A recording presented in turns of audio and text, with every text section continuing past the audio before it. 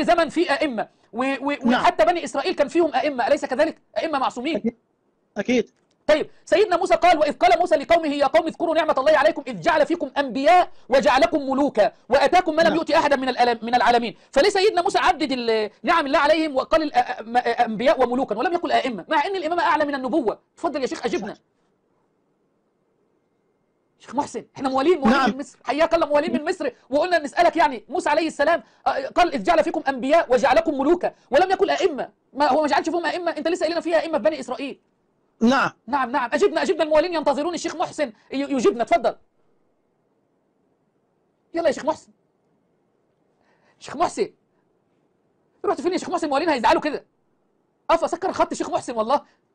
ليه يا شيخ محسن تسكر الخط كده في وش الموالين؟ احنا جايبين لك آية من القرآن الكريم، هي الإجابة اسمها نعم، ونعم الأخيرة دي طالعة منك بالعافية جدا، كنا عارفينك مش هتجيب.